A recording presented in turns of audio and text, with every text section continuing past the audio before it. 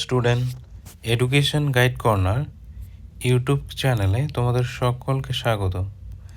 আজকে আমি যে বিষয়টি নিয়ে আলোচনা করব সেটি হলো aims of education, the reports of Taylor's commission. এখানে ইউনেস্কো 1996, ইউনেস্কোর ফুল ফর্ম হবে United Nations Educational, Scientific and Cultural Organization. এরপরে আমি উত্তরটি আলোচনা করছি। শিক্ষাবিদ জ্যাক টেলর 1986 খ্রিস্টাব্দে ইউনেস্কোর কাছে শিক্ষা সংক্রান্ত তার একটি রিপোর্ট পেশ করেন।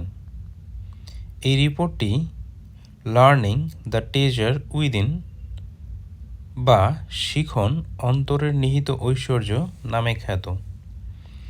এই রিপোর্টে টেলর সাহেব মানুষের ভবিষ্যতের কথা চিন্তা করে তুলনামূলকভাবে নমনীয় শিক্ষা ব্যবস্থার প্রবর্তন করেন এবং শিখন কৌশলের ক্ষেত্রে নতুন দৃষ্টিভঙ্গি গ্রহণের প্রয়োজনীয়তা উল্লেখ করেন। টেলর কমিশন শিক্ষার যে 4টি স্তম্ভের কথা বলেন, এই 4টি স্তম্ভ হল: 1 নম্বর, জানার জন্য শিক্ষা, লার্নিং টু নো। এটি সম্পর্কে আমি এবার বলছি। শিক্ষার লক্ষ্য হলো জ্ঞান অর্জন করা বা জ্ঞান লাভ করা।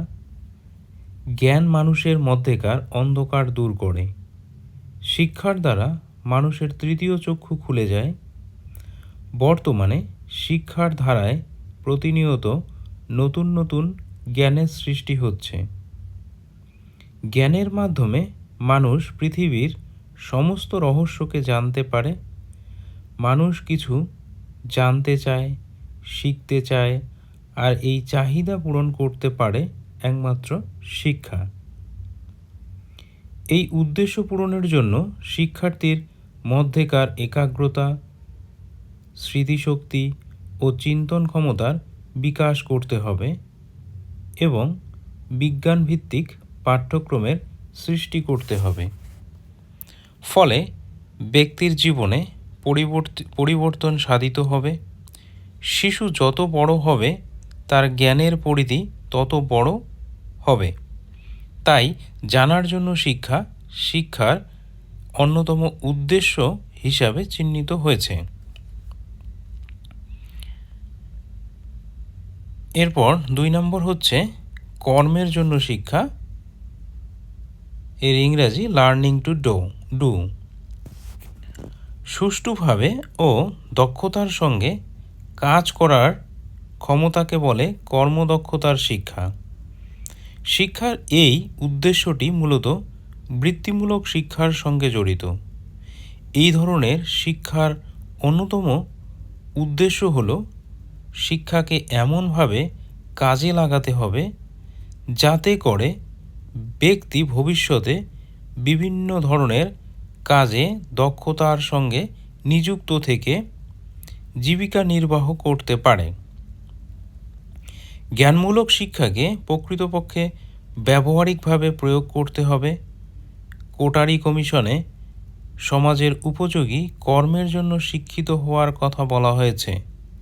কর্মের জন্য শিক্ষাকে 4টি দিক থেকে বিশ্লেষণ করা হয়: শারীরিক কর্মের জন্য শিক্ষা, বৌদ্ধিক কর্মের জন্য শিক্ষা, সামাজিক কর্মের জন্য শিক্ষা ও নান্দনিক কর্মের জন্য শিক্ষা।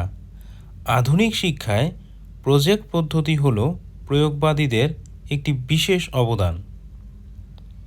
শিক্ষার্থী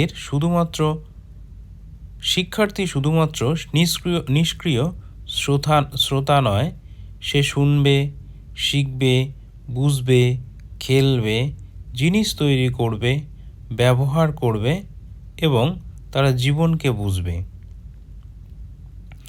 3 নম্বর পয়েন্ট হচ্ছে একত্রে বসবাসের জন্য শিক্ষা, এর ইংরাজি লার্নিং টু লিভ টুগেদার। একত্রে বসবাসের জন্য শিক্ষা বলতে বোঝায় পরস্পরের মধ্যে সহনশীলতা ও সহমর্মিতা সৃষ্টির মাধ্যমে জীবনকে এগিয়ে নিয়ে যাওয়া। আমরা জানি যে মানুষ সমাজবদ্ধ জীব। বর্তমান বিশ্বে দ্বন্দ্ব, হিংসা, পারস্পরিক বিরোধিতা ইত্যাদি সমাজকে বিপর্যয়ের দিকে এগিয়ে নিয়ে যাচ্ছে। প্রাচীনকালে জীবনযাত্রা সহজ সরল থাকলেও আজকে জটিল থেকে জটিলতর হচ্ছে। আজকে দক্ষতার দম্ভ, অর্থনৈতিক অসাম্যের প্রতিযোগিতার ফলে মানুষের মধ্যেকার মানবিক গুণাবলী হ্রাস পাচ্ছে। তাই প্রথম থেকেই শিশুর মধ্যে ভালোবাসা, সহনশীলতা, সহযোগিতা ইত্যাদি গুণের বিকাশ ঘটিয়ে সমাজকে শিশুর বাসযোগ্য করে তুলতে হবে। এর জন্য প্রয়োজন একত্রে বসবাস করার শিক্ষা। এর ফলে সে অন্যদের বুঝতে পারবে, অন্যদের কাজে আনন্দ উপভোগ করবে এবং পারস্পরিক বোঝাপড়ার মধ্য দিয়ে শান্তি আনতে পারবে। 4 নম্বর, সম্পূর্ণ মানুষ হয়ে ওঠার শিক্ষা, লার্নিং টু বি। আধুনিক শিক্ষার অন্যতম লক্ষ্য হল মানুষ তৈরি করা।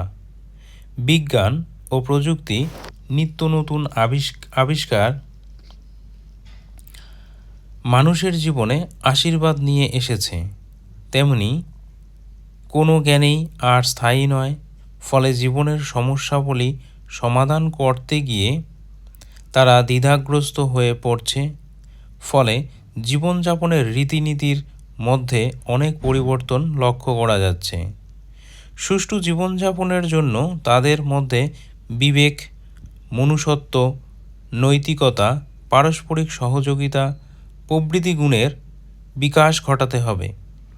যথাযথ মানবিক মূল্যবোধ গড়ে উঠলে মানুষ নিজেকে সহজে পরিচালিত করতে পারবে। সে নিজের, সমাজের এবং দেশের মঙ্গলের জন্য তৎপর হয়ে উঠবে। সে নিজস্ব চিন্তাভাবনা ব্যবহার করে স্বাধীনভাবে কাজ করতে পারবে। প্রকৃত মানুষ হয়ে ওঠার শিক্ষায় যে সদ্গুণ শিক্ষার্থীর মধ্যে আনার চেষ্টা করা হয় সেগুলি হল ব্যক্তিত্বের বিকাশ ঘটানো, স্বাধীন বিচার ক্ষমতা, ব্যক্তির সম্ভাবনা প্রভৃতি গুণের বিকাশ ঘটানো, তার নান্দনিক ক্ষমতা, চারিত্রিক উন্নতি সাধন করা। মানুষ হয়ে ওঠার জন্য এই সমস্ত গুণাবলীর বিকাশ ঘটানো শিক্ষার উদ্দেশ্য।